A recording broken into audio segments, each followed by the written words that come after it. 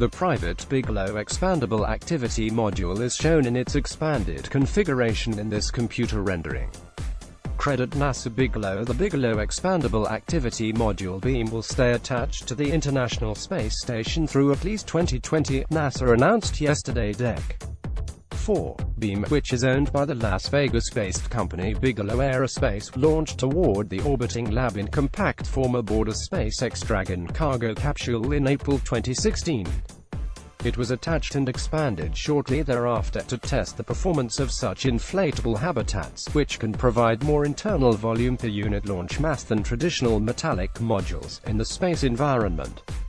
That work was originally supposed to last for 2 years, after which beam would be jettisoned and, eventually, fall back to Earth and die a fiery death in the atmosphere.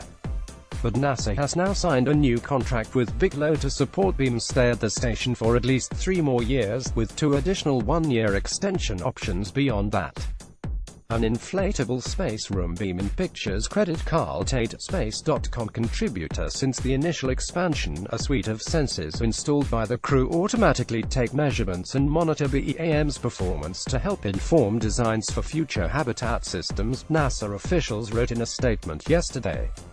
This extension will deepen NASA's understanding of expandable space systems by making the beam a more operational element of the space station to be actively used in storage and crew operations. The new contract began last month, NASA officials said. Bigelow Aerospace is getting something out of this partnership as well, the chance to showcase expandable habitats capabilities for future commercial use. The company aims to help establish outposts in Earth orbit and in deep space, such as the surface of the Moon.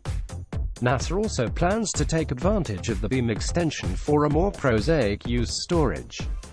Space station crew members have already removed some of the hardware used for the habitat's expansion, freeing up more space. Beam can now hold up to 130 cargo transfer bags, NASA officials said.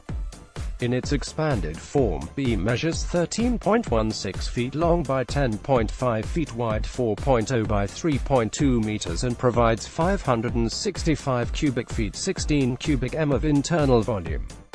In its launch configuration, the habitat was 7.09 feet long by 7.75 feet, or 2.2 by 2.4 meters. Beam ISNT, the first Bigelow habitat to get an in-space test.